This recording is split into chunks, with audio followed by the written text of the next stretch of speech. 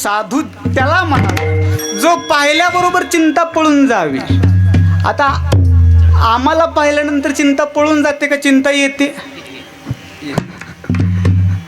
महात्मा भेटल्यावर चिंता पळून जाते, महाराज भेटल्यावर चिंता वाढते. आता हा बदल आहे. अहो साधूच्या अंगावरचं वारं जरी लागलं, आला शीतळ शांतीचा वारा, त्याने सुख झाले या शरीरा, फिटला पातकांचा तारा, कळी काळा सिधा का दरारा. त्यांच्या अंगावरचं वारं लागलं तरी पाप पळून जातात. असे महात्मे असताना त्यांच्या वाऱ्याला उभं राहायला आम्ही तयार नाहीत, हे आमचं दुर्दैव आहे. पण तुकोबराय सांगतात, त्यांना पाहिलं माझी चिंता पळाली, हे साधू दर्शनाचं फळ आहे. कीर्तन रत्न, भक्ती, नामस्मरण आणि संत वाणीचा पवित्र संगम.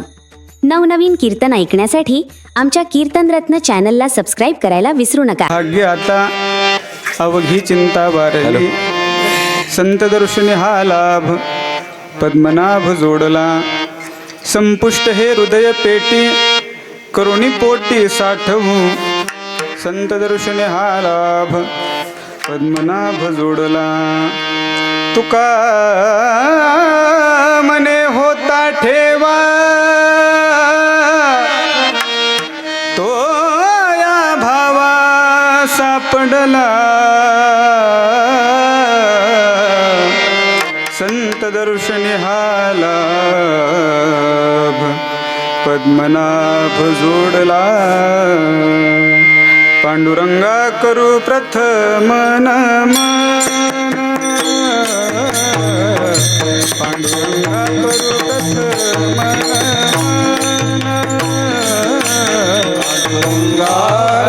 प्रथम नमन,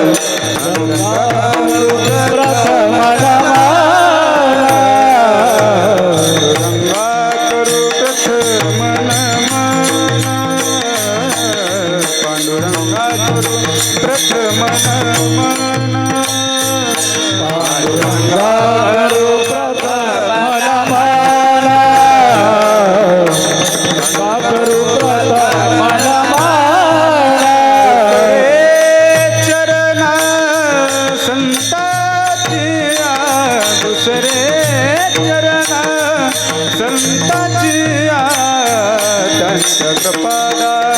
कथेचा विस्तारू, त्यांच्या कृपादाने कथेचा विस्तार. दुसरे चरण संताची, दुसरे चरण संताची, त्यांच्या कृपादाने कथेचा विस्तारू, त्यांच्या कृपादाने कथेचा विस्तार. पांडुरंगा करू प्रथम नमन, पांडुरंगा करू प्रथम नमन, दुसरे चरण संताची, दुसरे चरण संताची, त्यांच्या कृपादाने कथेचा विस्तारू, बाबाजी सद्गुरू दास तुका. पांडुरंगा करू प्रथम नमन, दुसरे चरणा संताची या, त्यांच्या कृपादाने कथेचा विस्तारो, बाबाजी सद्गुरुदास तुका. अलंकाप्रिरम्य सिंहासनस्थं पदांभोज तेजस्फुर्दिक प्रदेशं, विधींद्राजिदेव सदा स्तूयमानं समाधिस्थमूर्तिं भजे ज्ञानदेवं. नीलांबुज श्यामल कोमलांगं सीता समारोपितवामभागं, पानो महासायक चारुचापं नमामि रामं रघुवंशनाथं. नागेन्द्रहराय त्रिलोचनाय भस्मांगरागाय महेश्वराय, नित्याय शुद्धाय दिगंबराय तस्मै नकाराय नमः शिवाय. नमो सद्गुरु तुकया ज्ञानदीपा, नमो सद्गुरु सच्चिदानंद रूपा,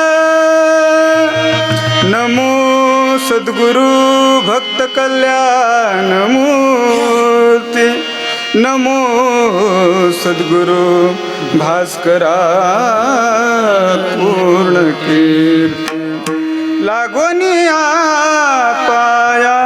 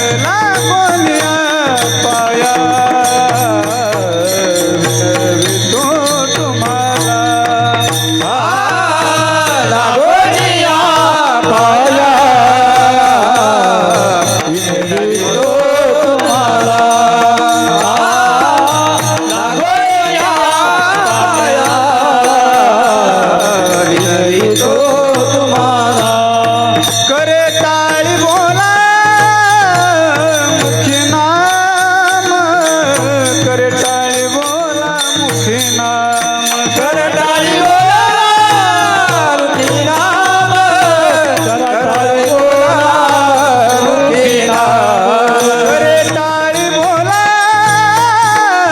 मुखी नाम करटाळी बोला मुखी नाम करटाळी बोला मुखी नाम करटाळी बोला मुखी नाम विठ्ठल विठ्ठल मना वेळो वेळा विठ्ठल विठ्ठल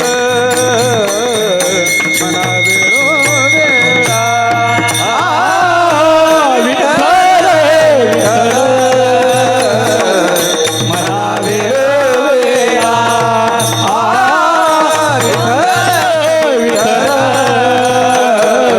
वेळा विठ्ठल विठ्ठल लागोनी पाया विनवितो तुम्हाला करटाळी बोला मुखी नाम करटाळी बोला मुखी नाम लागोनी पाया विनवितो तुम्हाला करटाळी बोला मुखी नाम करटाळी बोला मुखी नाम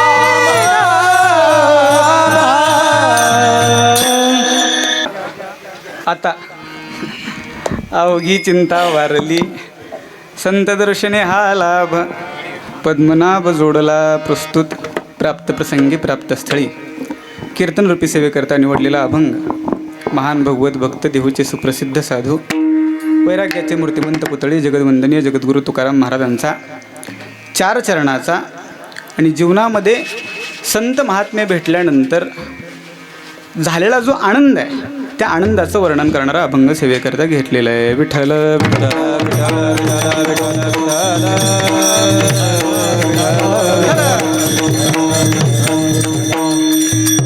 भगवान मुळेश्वर भगवंताच्या सान्निध्यामध्ये गेली 42 वर्ष चालू असलेला हा अखंड हरिनाम सप्ताह आणि त्या सप्ताहामध्ये आज माझ्याकडे आलेली 3ऱ्या दिवसाची कीर्तनाची सेवा आहे.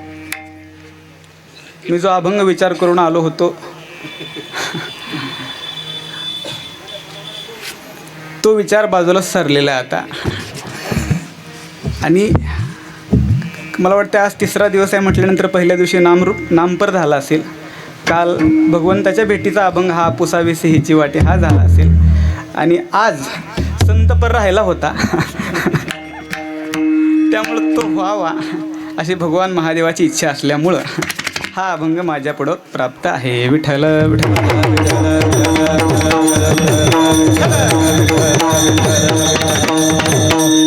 तुमच्या माझ्या भेटीचा योग हा पहिलाच आहे.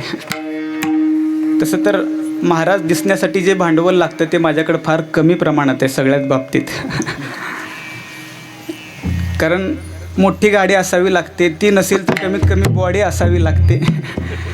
ह्या सगळ्या गोष्टीचं जे भांडवल लागतं मजबूत दिसण्याकरता, इम्प्रेशन पाडण्याकरता, ते माझ्याकडे फार प्रमाणात कमी आहे सगळ्याच बाबतीत. पण आमच्या आदरणीय विलास महाराजांनी मला आज्ञा दिली. खोतलेला परवा कार्यक्रमाला महाराज होते आणि त्यानंतर आज तुम्हा सगळ्यांच्या दर्शनाचा योग आज या ठिकाणी आलेला आहे.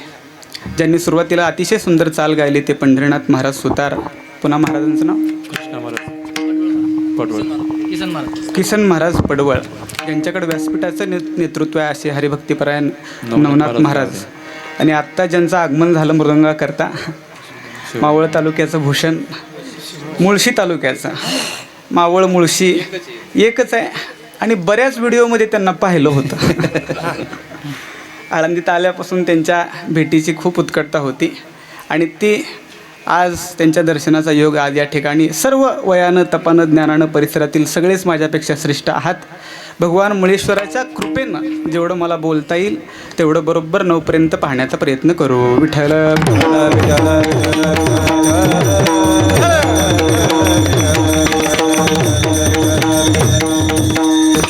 सेवेकरता घेतलेल्या अभंगातून जगद्गुरू तुकाराम महाराज संत महात्म्यांचं जीवनामध्ये दर्शन झालं आणि दर्शन झाल्यानंतर महाराज सांगतात, उजळले भाग्य आता अवघी चिंता वारली. महाराज सांगतात, जीवनामध्ये संत भेटले आणि माझ्या जीवनातली चिंता ही पळून गेली नाही. ती वारलीच असं महाराज वर्णन करतायत. खरं तर व्यावहारिक दृष्टीनं जर आपण पाहिलं तर व्यवहारामध्ये भौतिक जगतामध्ये आपण भाग्य उजळलं हा जो शब्द आहे तो महात्म्य भेटल्यानंतर वापरतो का व्यावहारिक फायदे झाल्यानंतर वापरतो? भाग्य उदयाला आलं एखादं आपण कधी मानतो? व्यावहारिक फायदे भेटल्यानंतर का महात्म्य भेटल्यानंतर? खरं खरं बोला. भर उन्हाळ्यामध्ये एखाद्याच्या बोरला चांगलं पाणी लागलं तर आपण म्हणतो भाग्य उदयाला आलं. पंचायत समिती निवडणुकीमध्ये, जिल्हा परिषद निवडणुकीमध्ये भरघोस मताधिक्याने निवडून एखादा व्यक्ती आला, भाग्य उदयाला आलं. एखाद्याचं 35 वय संपलं, 36 लागलं तरी जुळत नव्हतं, ह्या वर्षी जुळालं, भाग्य उदयाला आलं. तुमचं कशाला? मी माझ्या जीवनामध्ये आमच्या सोलापूर भागामध्ये एक मृदंगवादक आहेत महाराज, अतिशय संप्रदायावर निष्ठा, ज्ञानोबा आहे, तुकोबरायावर, पण अत्यंत गरिबीची परिस्थिती. वडिलांना सांगितलं ह्या मृदंगाच्या नादी लागू नको, कामधंदा कर, तुझं लग्न होणार नाही. पण त्याची ज्ञानोबरायावर अतिशय निष्ठा. त्याच्या लग्नाला गेल्या वर्षी जाण्याचा योग आला. राहायला घर नव्हतं, सासरवाडी अशी भेटली. अगोदर गावात RCC बंगला बांधून दिला सासऱ्यानं, लग्न दोन्ही बाजूनं करून दिलं आणि कार्यक्रमाला फिरण्याकरता स्कॉर्पिओ गाडी घेऊन दिली आणि मुलाला सांगितलं आयुष्यभर फक्त पकवाजच वाजवायचा, दुसरं काहीच काम करायचं नाही. कधी जर चिंता लागलीच फक्त एक फोन करायचा, अकाउंटला बॅलन्स तुमच्या पाठवला जाईल, पण पकवाजाशिवाय दुसरं काही काम करायचं नाही. आम्ही लग्नाला गेलो आणि त्यांना म्हटलं महाराज उजळले. असा जर सासरा भेटत असेल तर भाग्यच उद्याला आलं ना. आम्ही परमार्थिक असून सुद्धा तुमची माझी एक बघण्याचा दृष्टिकोनच असा आहे, व्यावहारिक फायदे जोपर्यंत आम्हाला भेटत नाहीत, भौतिकतेनं आम्ही जोपर्यंत समृद्ध होत नाही तोपर्यंत आम्ही भाग्य उदयाला आलं असं म्हणायला तयार होत नाही. पण तुकोबराय व्यावहारिक जगतातल्या भेटी करता किंवा जे प्राप्त होतं त्याला भाग्य उदयाला आलं असं म्हणायला तयार नाहीत. महाराजांचा एक अभंग आहे, भाग्य तरी नोहे धन पुत्रदारा, भाग्य तरी नोहे धन पुत्रदारा,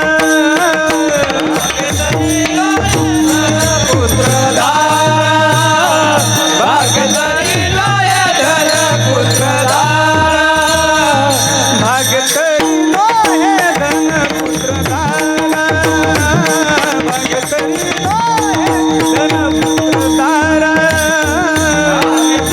नोहे धन पुत्रदारा, भाग्य तरी नोहे धन पुत्रदारा, निकटवास बरा संतापाये, निकटवास बरा संतापाये, भाग्य तरी नोहे धन पुत्रदारा, भाग्य तरी नोहे धन पुत्रदारा, निकटवास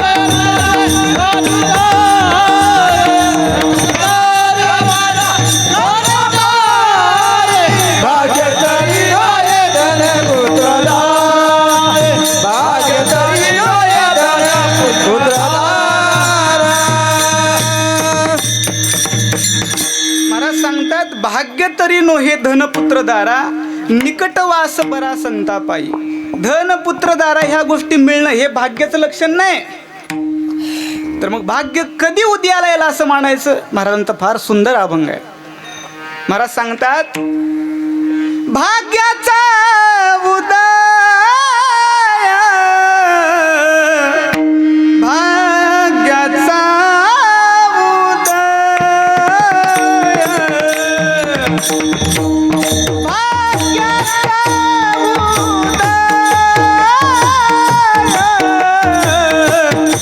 भाग्याचा उदय, भाग्याचा उदय,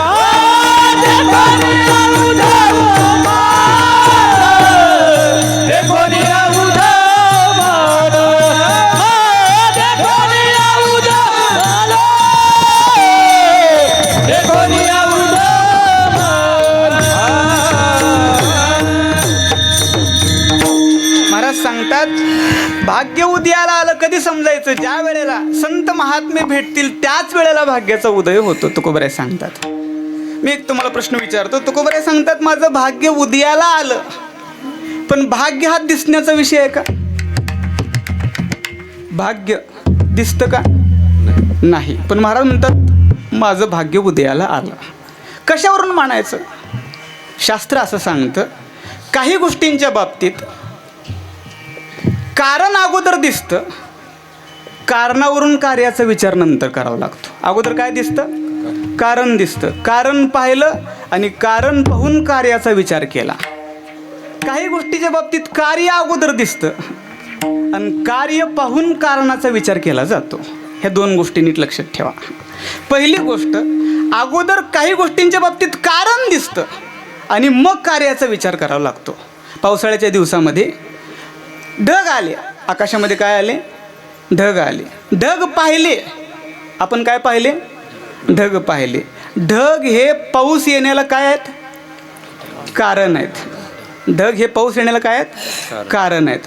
अगोदर ढग पाहिले. आपण काय पाहिले? ढग पाहिले म्हणजे कारण पाहिलं. पाऊस येण्याला कारण कोण आहे? ढग आहेत. ढग पाहिले आणि ढग पाहून कशाचा विचार केला? ज्या अर्थी ढग आलेत त्या अर्थी काय येणार आहे? पाऊस येणार आहे. म्हणजे अगोदर काय दिसलं आपला? कारण दिसलं. ढग हे काय आहेत पाऊस येण्याला? कारण. कारण अगोदर पाहिलं आणि कारण पाहून कशाचा विचार केला? कार्याचा. अगोदर काय दिसलं? कारण. कारणावरून कशाचा विचार केला? कार्याचा. काही गोष्टींच्या बाबतीत कारण अगोदर आहे आणि कार्य नंतर आहे. आता काही गोष्टीच्या बाबतीत दुसरा विचार, कार्य अगोदर दिसतं. अगोदर काय दिसतं? कार्य. आणि कार्य पाहून कारणाचा विचार करावा लागतो. समजा एखाद्या गावामध्ये नदी आहे. एखाद्या गावामध्ये काय आहे? नदी आहे. पण त्या गावामध्ये पावसाचा थेंब पण पडला नाही. गावामध्ये नदी आहे पण गावात पाण्याचा थेंबही पडलेला नाही. पण गावातल्या नदीला काय आलंय? पूर आलाय. नीट लक्ष द्या. गावात पावसाचा थेंब पडलेला नाही पण नदीला काय आलाय? पूर आलाय. मग पूर आपण पाहिला, गावात तर पाऊस पडलेला नाही. मग पूर आला हे कार्य आहे. पूर काय आहे? कार्य आहे. पूर पाहिला आणि पूर पाहून आपण कशाचा विचार केला? आपण काय म्हटलो? ज्या अर्थी गावात पाऊस पडला नाही, थेंब सुद्धा नाही, पण नदीला पूर आलाय त्या अर्थी वर धरणावर पाऊस पडला असला पाहिजे. म्हणजे आपल्या डोळ्यासमोर काय दिसलं? पूर हे कार्य दिसलं. कार्य पाहिलं आणि कार्य पाहून कशाचा विचार केला? कारणाचा. ज्या अर्थी नदीला पूर आलाय त्या अर्थी वर पाऊस पडला असला पाहिजे. अगोदर कार्य डोळ्याला दिसलं आणि त्या कार्यावरून कारणाचा विचार केला. ह्या दोन गोष्टी जशा आहेत तसं या अभंगामध्ये जगद्गुरु तुकोबाराय सांगतात माझं भाग्य उदयाला आलं. भाग्य उदयाला आलं. महाराजांना विचारलं अहो तुम्ही भाग्य उदयाला आलं म्हणता पण भाग्य तर दिसत नाही. भाग्य दिसत नाही मग तुम्ही उदयाला आलं कशावरून म्हणता? महाराज म्हणतात माझ्या जीवनामध्ये संत भेटीचं कार्य घडलं. मी भाग्य उदयाला आलं का म्हणालो? माझ्या जीवनामध्ये काय घडलं? संत भेटीचं कार्य घडलं. आणि मी असा विचार केला ज्या अर्थी हे संत भेटीचं कार्य घडलंय त्या अर्थी माझ्या जीवनामध्ये भाग्याचा उदय. कारण जोपर्यंत भाग्य उदयाला येत नाही तोपर्यंत संत भेट होऊ शकत नाही. संत भेट तर फार लांबची गोष्ट आहे. परमार्थामधली कुठलीच गोष्ट तुम्ही सप्त्याच्या मंडपात सुद्धा पुण्याशिवाय येऊ शकत नाही. तुमचा इंद्रायणी तांदूळ आहे का तुमच्या सातबाऱ्यावर किती नावं आहेत, किती एकर आहे हे महत्त्वाचं नाही. या मंडपात येण्याकरता तुमच्या अकाउंटवर पुण्याचा बॅलन्स किती आहे हे फार महत्त्वाचं आहे. संत भेट तर पुण्य.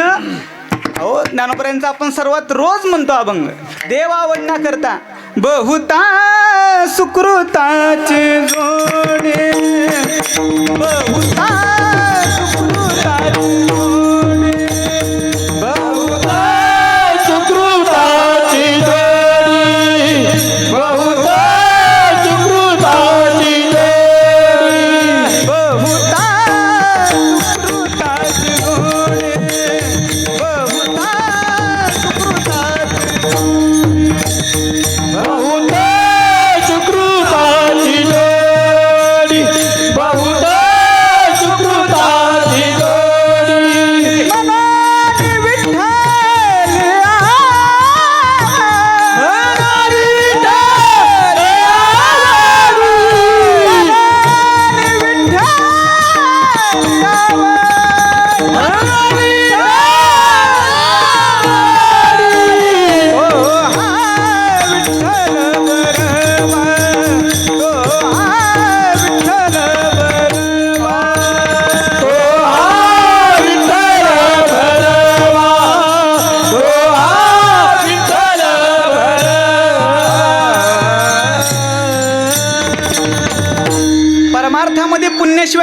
गोष्ट घडू शकत नाही.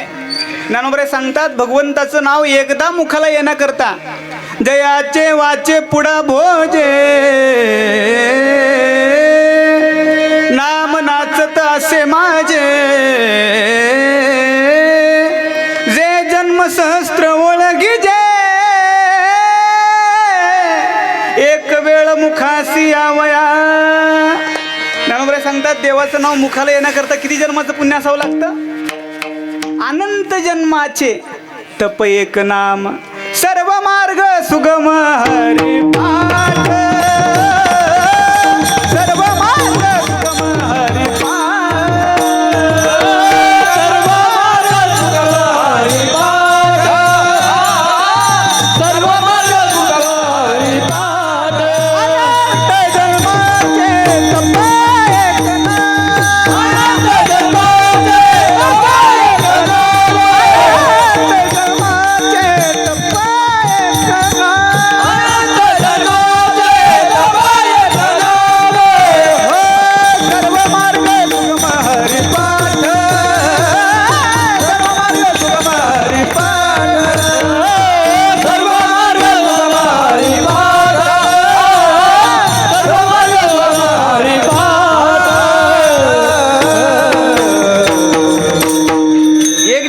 पुण्य नाही. नामदेवरायला विचारा जन्मो जन्मी आम्ही बहु पुण्य केले जन्मो जन्मी देवाया विठ्ठले कृपा केले देवाया विठ्ठले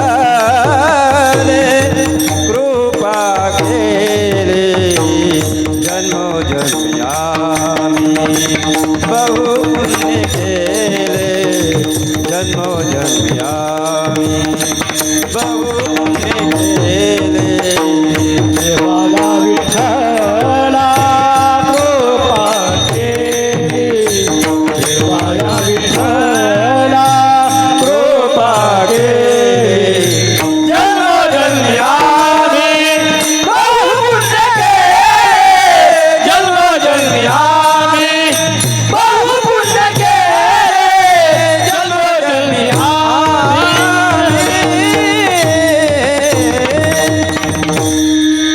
फार महत्वाचा अभंग.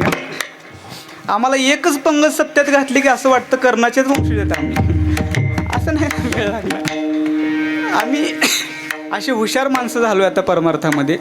गुलाबजामनाची पंगत असल्यानंतर अभंग म्हणतो हेची दान देगा देवा. पंगत जर पिठलं भाकरीवर आली तर म्हणतो ठेविले आनंते.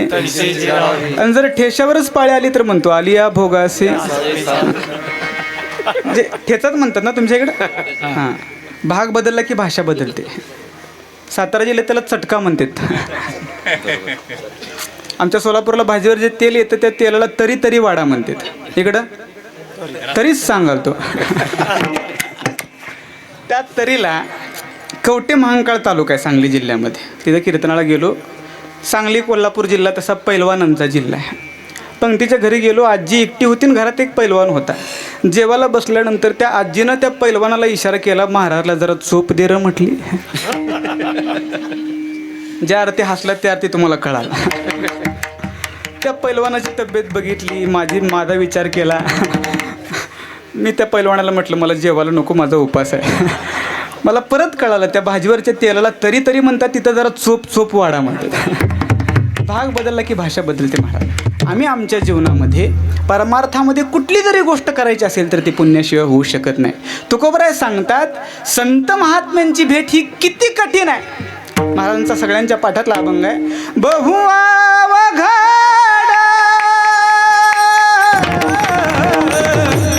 आहे संत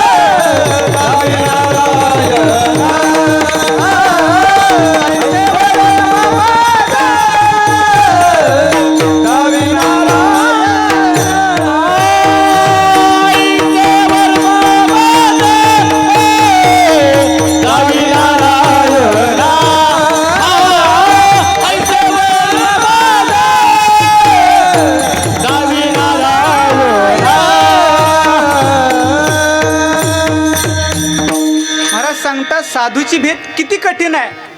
एक सुंदर फार महाराजांचा सगळ्यांच्या पाठातला अभंग आहे. चंद्रामृत सुखे सेववेल आसता जातार विधरवे बाय हेळा सागर तरवेल परी त्या साधूची भेट न होईल गा.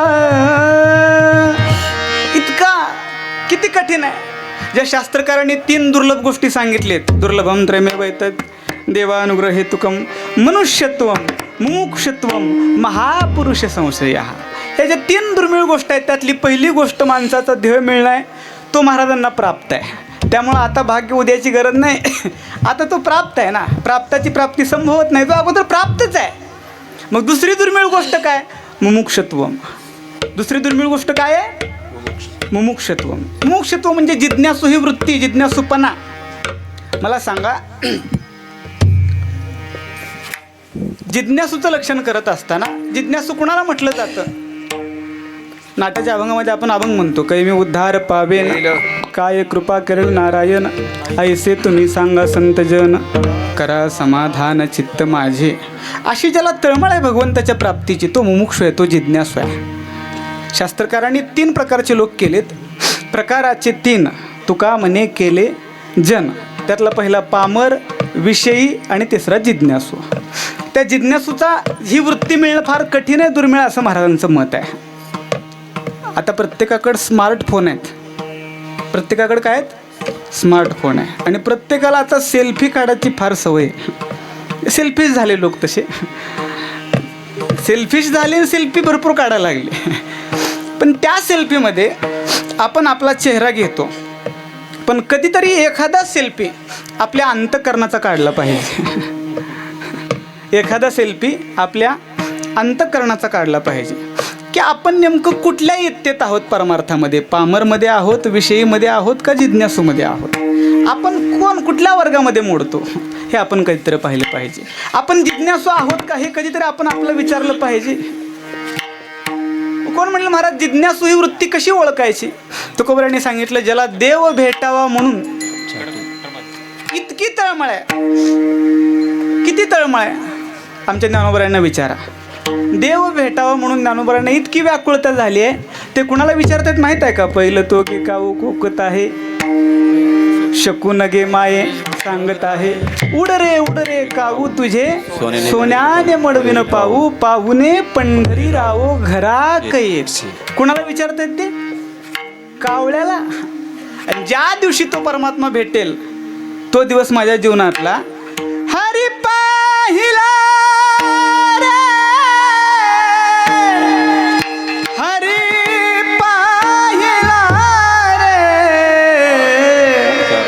आजी सोनियाचा दिन वर्षे अमृताचा घनू आजी सोनियाचा दिन. भरपूर साधी म्हणता येतील पण घड्याळाचा काटा मला खुणावतोय. ज्या दिवशी तो मला भेटेल आणि तो भेटावा याकरता कशी तळमळ पाहिजे, तो तुकोबरायांच्या पाठातला सगळ्यांच्या पाठातला अभंग आहे. महाराजांनी त्या अभंगामध्ये 3 दृष्टांत दिलेत. त्यातला पहिला दृष्टांत असा आहे, कन्या सासुरासी जाये मागे परतोनी पाहे तैसे झाले माझ्या जीवा केव्हा भेटसी केशवा. 400 वर्षापूर्वीचा दृष्टांत आहे. पूर्वी लग्न झाल्यानंतर मुलगी सासरवाडीला निघाली, बैलगाडीत जात होती बसून. कशामध्ये? बैलगाडीत. आणि बैलगाडीत बसणाऱ्या मुलीचा चेहरा कुणीकडे आहे ते पाहून म्हातारी माणसं ओळखायची, ही माहेरी चालली का सासरी चालली. तिच्या चेहऱ्यावरून पुढं असेल तर कुठं, पाठीमाग असेल तर कुठं. आता कन्या स्प्लेंडरवर आडवीच बसते त्यामुळे मेळ नाही लागत ती कुणीकडे निघाली ती. म्हणून म्हटलं 400 वर्षापूर्वीचा दृष्टांत आहे. तुकोबराय सांगतात ती माहेराला पुन्हा पुन्हा तशी पाहते, तसं भगवंताला पाहण्याकरता माझं अंतकरण व्याकुळ झालं असं महाराज सांगतायत. त्या मुलीचं जसं झालंय तसं माझं झालंय. महाराजांना हा थोडा दृष्टांत कमी वाटला. महाराजांनी दुसरा दृष्टांत दिला. चुकलिया माय बाळ हुरहुरू पाहे. एखादी आई आषाढी वारीला गेली मुलाला घेऊन, सासूनं सांगितलं होतं जाऊ नको, पण गेली. 5 वर्षाचं बाळ हातामध्ये घेतलं. आषाढी वारीला प्रदक्षिणा करायला निघाली बिचारी ही. आता आषाढी वारीला प्रदक्षिणा केली पाहिजे, पण प्रदक्षिणा मार्गावरची गर्दी बघितली की अभंग बदलतो आम्ही. तुका म्हणे मोक्ष देखील्या कशाला गर्दीत जा कळच बघितलं तरी भागतंय. आम्ही सोयीचे वारकरी आहेत महाराज, जसे आहेत तसे नाही, आमची सोय पाहून परमार्थ करणार आहे. पण ती बिचारी प्रदक्षिणा मार्गावर गेली. लहान 5 वर्षाचं बाळ आहे, हाताला धरलंय तिनं. आणि तास दिंडे एका जागेवर असतात महाराज फडकर यांच्या. आणि ती एका हाताला धरून धरून हात दुखायला लागला. त्या बाळाने सांगितलं हे हात सोड आणि ह्या हाताला धर. हात सोडून दुसरा हात धरायला गेली, गर्दीत हात निसटला आणि त्या आईचं मुलगा हरवलं. हरवल्यानंतर त्या आईची झालेली जी अवस्था आहे, तुकोबराय सांगतात देवा आता मला तसं झाले. चुकलिया माय बाळ हुरहुरू पाहे. त्या आईला दुसऱ्या आईचं जरी बाळ असलं तरी त्या बाळामध्ये कोणाचं बाळ दिसतं हिला? तिथंच जसं बाळ दिसतं ना, तसं तुकोबराय सांगतात देवा आता तू जर मला नाही भेटला, सगळीकडे तूच दिसावा अशी माझ्या अंतकरणाची व्याकुळता झाली.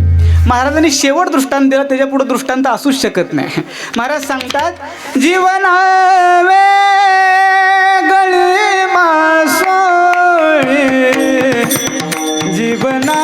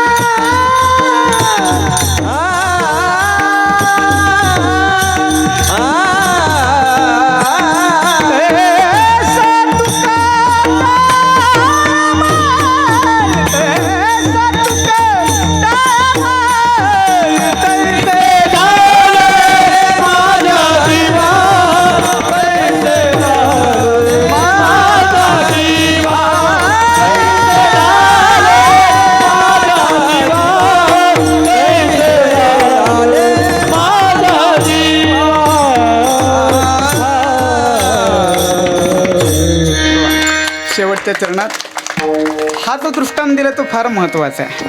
महाराजांनी एक दृष्टांत असा दिला आहे, जीवना वेगळी मासोळी. जीवन म्हणजे पाणी, आणि पाण्याच्या बाहेर मासा काढल्यानंतर तुमच्याकडे किती दिवस जिवंत राहतो? तास, अर्धा तास, मिनिट. पाण्याच्या बाहेर काढल्यानंतर मासा जसा राहू शकत नाही, तो तुकोबराय सांगतात, भगवंता आता तू जर मला नाही भेटला तर मी जिवंत राहू शकत नाही. ही जी तळमळ आहे त्याला जिज्ञासू अवस्था म्हणतात. मग आपला सेल्फी काढा, आम्हाला कीर्तन थोडं जास्त झालं तर आमचा जीव जातो का काय अशी परिस्थिती आहे. म्हणजे मी जास्त करणार असा त्याचा अर्थ नाही, पण आपण स्वतःला कधीतरी तपासा की आपण कुठं आहेत. आम्हाला भगवंताच्या भेटीची व्याकुळता आहे का?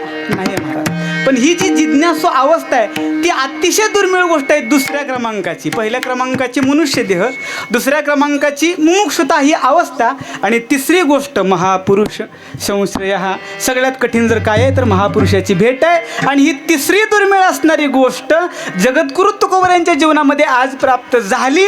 म्हणून महाराज सांगतात ही तिसरी दुर्मिळ असणारी गोष्ट माझ्या जीवनात आज मला प्राप्त झाली. म्हणून उजळले भाग्य आता, उजळले भाग्य उजळले भाग्य आता,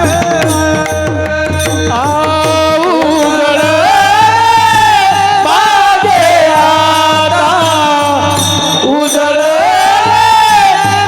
भाग्य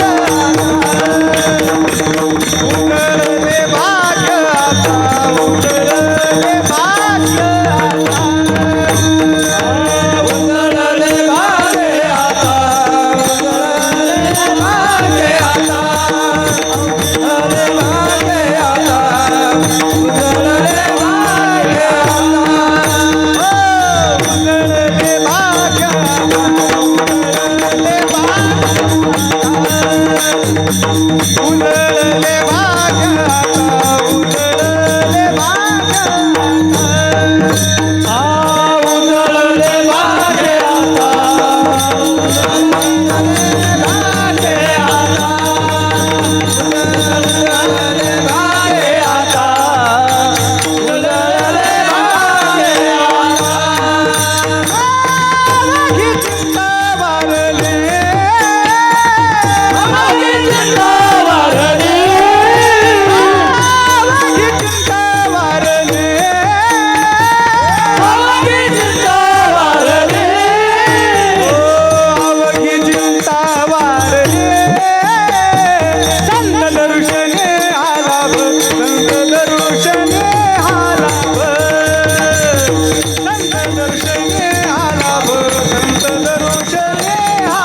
उजळले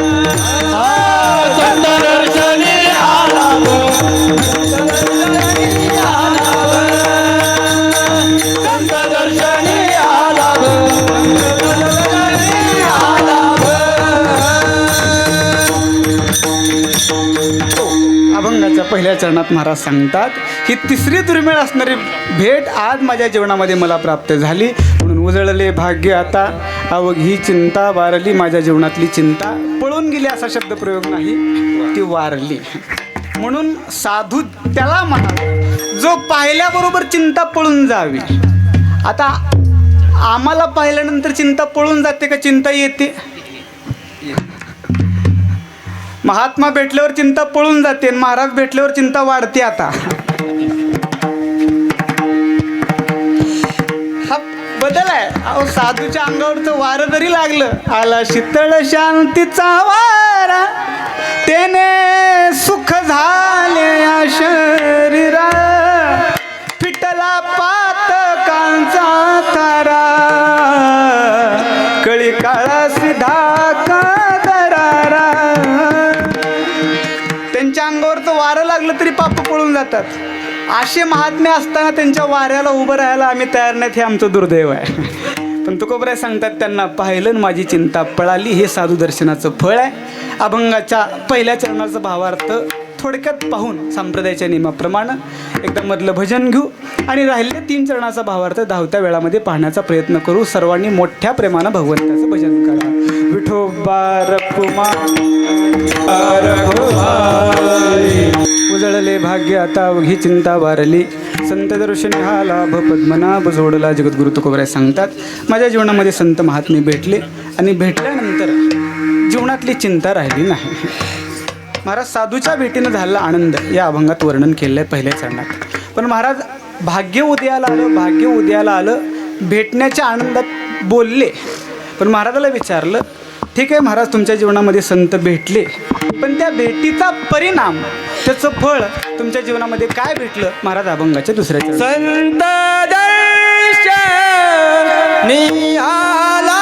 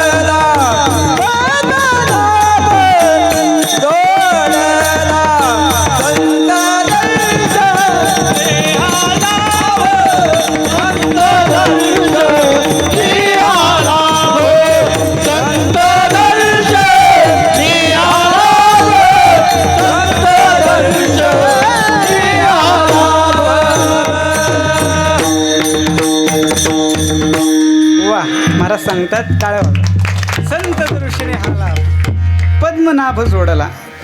संत महात्मे जीवनात भेटले त्याचं फळ काय? जो परमात्मा होता अंतःकरणात पण तो जोडला गेला नव्हता असं नाही, आतच होता, फक्त तो डिस्कनेक्ट झाला होता. जर रेंज नसेल तर कॉल काय होतो? डिस्कनेक्ट होतो. तसा देव आतच आहे ना, किंवा आपण त्याचेच अंश आहोत. ममे वंशो जीवलोके जीवभूत सनातन. गीता हेच सांगते ना, आपण परमात्म्याचे अंश आहोत. सर्वा घटी राम देहादेही एक सूर्यप्रकाशक सहस्त्रश्मी. ज्ञानोबराय सांगतात आत आहे परमात्मा पण त्याचा विसर पडला. तुकोबऱ्यांचा अभंग आहे, मुक्त होता परी बळे झाला बद्ध घेऊन या छंद माझे माझे. ज्ञानोबरायांनी ज्ञानेश्वरीमध्ये दृष्टांत दिला. एखाद्या विहिरीमध्ये पाण्याच्या वरती जे साचतं त्याला काय म्हणतात? शेवाळ साचलं. ते शेवाळ इतकं साचलं की त्या शेवाळानं कशाला झाकलं? पाण्याला झाकलं. मग पाण्याला शेवाळ्यानं झाकलं, मग एखाद्यानं ते शेवाळ बाजूला सारलं. मग बाजूला सारल्यानंतर त्याने पाणी नवीन निर्माण केलं का फक्त बाजूला शेवाळ सारलं? पाण्याला निर्माण करावं लागलं का? नाही. नाही. आत होतच, फक्त काय केलं? बाजूला सारलं. तसं परमात्मा आत तुमच्या माझ्या होता, नाही असं नाही, पण आम्हाला या देहाच्या आसक्तीनं, देह माझा नुसतं नाही, देहाचं नाव माझं, देहाच्या संबंधी माझे, हे माझेपणा इतका वाढला, हे शेवाळं इतकं वाढलं, आणि त्या शेवाळ्यानं आतल्या आत्मस्वरूपाला आम्हाला झाकलं. महाराज, मी ज्यांच्याकडे शिकलो, पंढरपूरला वैकुंठवासी गुरुवारी हरिभाऊ महाराज पाटील मुमुक्षू पाठशाळा पंढरपूर, आमच्या भाऊंचे गुरु वैकुंठवासी रंगनाथ महाराज परभणीकर गुरुजी, ते असं म्हणायचे, एखाद्या माणसाला, त्यांचे शब्द आहेत, माझे नाहीत, बाई मेल्यावर दुःख होतं का बायको मेल्यावर दुःख होतं? माणसाला दुःख बाई मेल्यावर होतं का बायको मेल्यावर?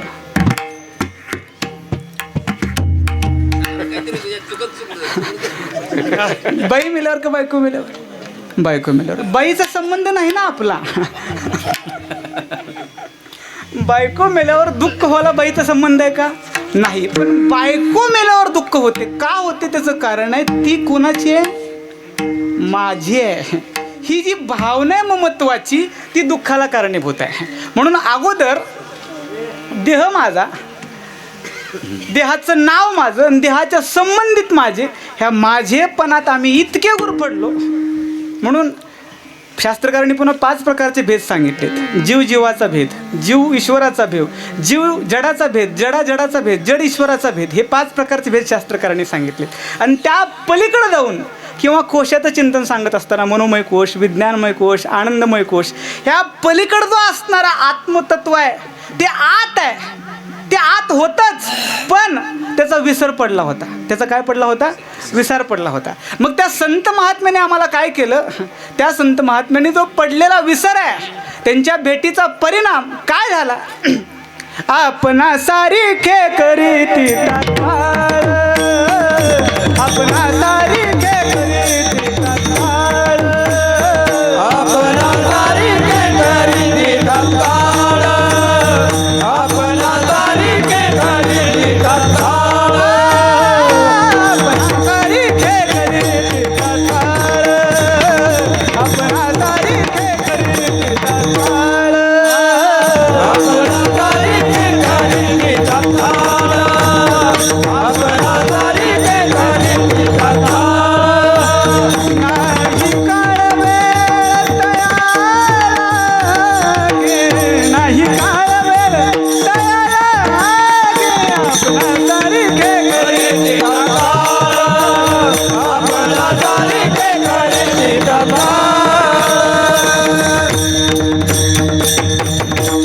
त्याचा विसर पडला होता, पण त्यांनी त्याची भेट घालून दिली महाराज. म्हणून तर जीवात्मा विसरला होता देवाला. आणि जे जे विसरली तया थोर झाली हानी, पचतील खानी 84च्या. आणि आम्हीही देवाला प्रॉमिस डे कधी झाला?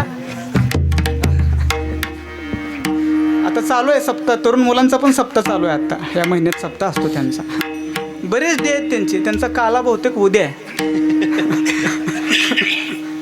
14 फेब्रुवारी त्यांचा काला आहे. बरेच डे असतात, प्रॉमिस डे, रोज डे. तसं भगवंताला आपण प्रॉमिस डे आईच्या उदरात प्रॉमिस दिलं होतं. एक वेळ कर या दुःखावे ग,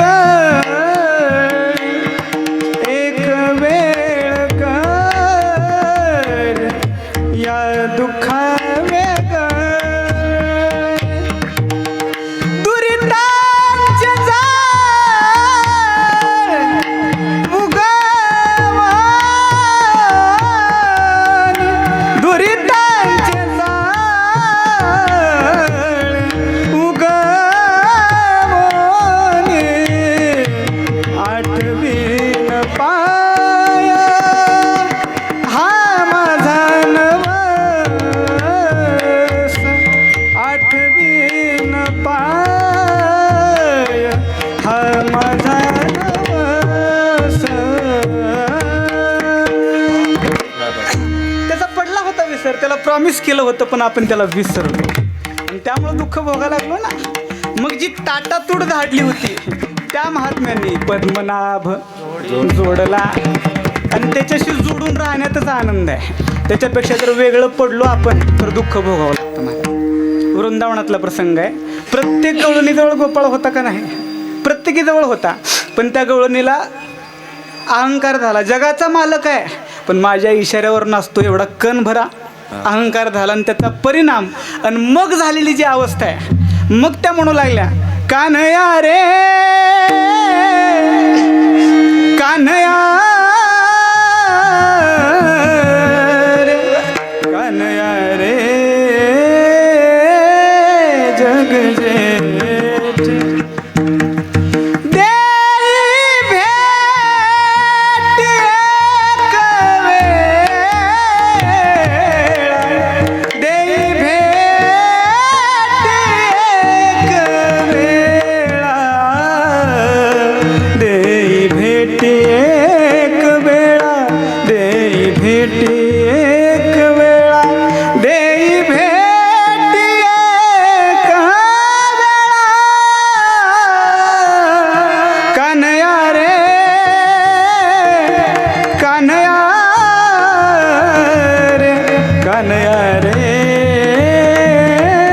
जग जेठ देव एक क्षण जर नजरे आड गेला. अजून एक गवळून सांगतो. मथुरेला नेण्याकरता अक्रूर जे आले होते देवाला गोकुळामध्ये, आणि त्यावेळेला झाली जी अवस्था आहे, अक्रूरा चांडाळा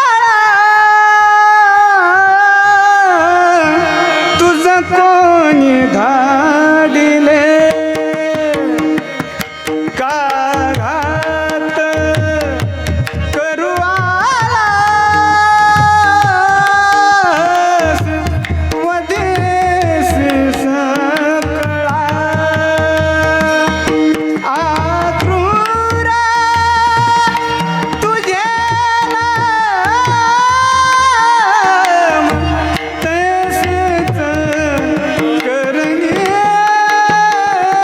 या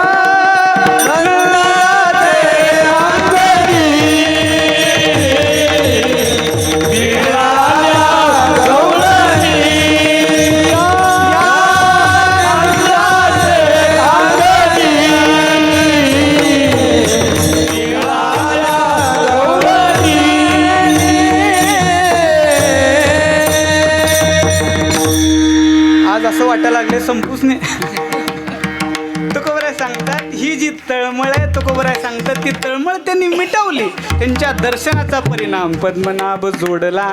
मग जोडलेला परमात्मा कसा साठवायचा? संपुष्ट हे हृदय पेटी करुणी पोटी साठवू. तो परमात्मा आम्ही साठवायचाही कसा त्याचं वर्णन केलं. महाराजाला विचारलं तेही कळालं. पण भेटला का? तुका म्हणे होता ते. तुका म्हणे होता ते.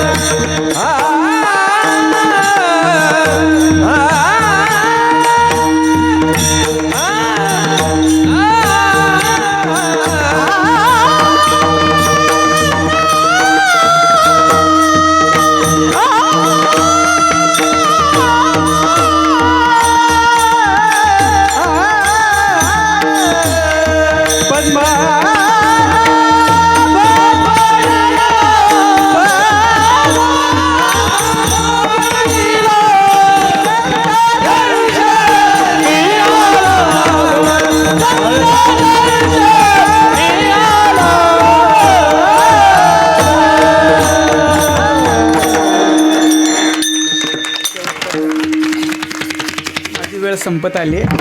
शेवटच्या चरणात तुकोबराय सांगतात, तो होताच, फक्त त्या महात्म्याने दाखवला. संत दर्शन या भावा सापडला,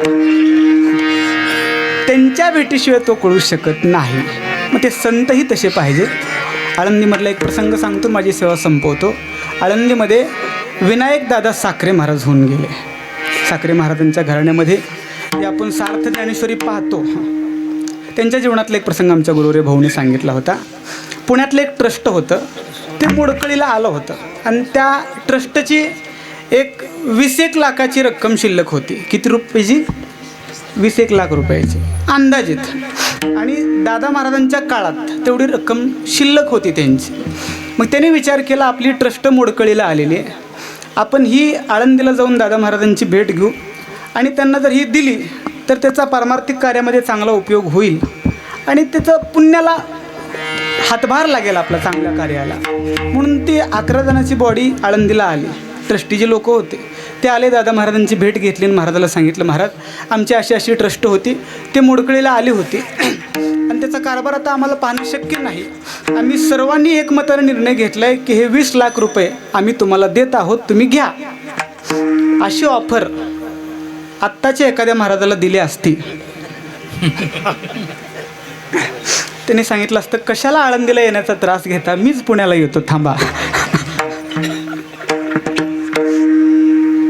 दादा महाराजांनी नम्रपणे सांगितलं, बघा म्हटले, तुमची जरी इच्छा द्यायची असली तरी माझी ते पैसे घ्यायला नम्रपणे माझा नकार आहे, ते पैसे मला नको, माझे ते उपयोगाचे नाहीत, मला त्याची गरज नाही, पैसे तुमचे तुम्हालाच लकला, मला नको.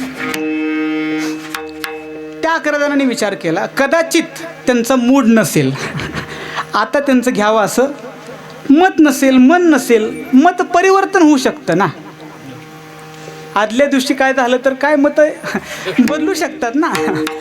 त्यामुळं महाराज आहेत ते, त्यांचंही मत बदलू शकेल. आता घेत नाहीत काय हरकत नाही, पुन्हा बघू.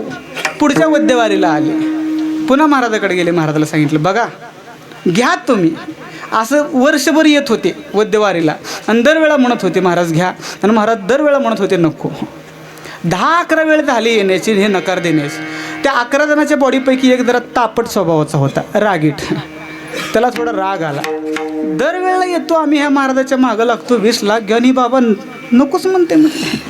त्याला थोडा राग आला. आमच्या सोलापूर भागातला असेल, रागीट माणसं आमच्या इकडलं थोडा राग त्याला अनावर झाला आणि तो रागानं दादा महाराजाला म्हणू लागला, दादा महाराज लक्षात ठेवा म्हटले, 20 लाख रुपये घ्या म्हणून वर्षभर मागं लागणारी आमच्यासारखी माणसं तुमच्या भावी आयुष्यात कधीच बघायला मिळणार नाहीत. तो काय म्हणतो दादा महाराजांना, 20 लाख रुपये घ्या असं म्हणणारी आमच्यासारखी माणसं तुमच्या भावी आयुष्यात कधीच भेटणार नाहीत.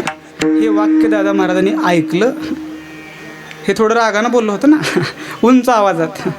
ते स्वाभिमानी होते महाराज, महात्मे होते. दादा महाराजांनी त्याच आवाजात सांगितलं, तुम्ही पण लक्षात ठेवा म्हटले, 20 लाख घ्या म्हणून तुम्ही किती दिवस माझ्या मागं लागलात, 1 वर्षभर. 20 लाख घ्या म्हणून वर्षभर मागं लागलात, पण त्या 20 लाखाला लात मारणारही महाराज तुमच्या आयुष्यात कधीच भेटणार नाही, हे पण तुम्ही लक्षात ठेवा. अरे आमच्या घरी धन घरी पांडुरंग, अभंग हे सरे ना. आमच्या घरचं धन म्हणजे ज्ञानेश्वरी गाथा, याच्याशिवाय दुसरं धन आम्हाला माहीतच नाही. परमार्थ महाधन, हे धन ज्याला प्राप्त आहे त्याला बाकीच्या धनाची काय गरज आहे महाराज. मग तो परमात्मा ज्यांच्या अंतकरणात होता आहे असा ज्यांना अनुभव आहे ते बाकीच्या जगाकडे जातीलच कशाला. तुकोबराय सांगतात, तुका म्हणे होता ठेवा, फक्त संत दर्शनी या भावात सापडला, म्हणून संत दर्शनी हा लाभ पद्मनाभ जोडला. ज्ञानेश्वर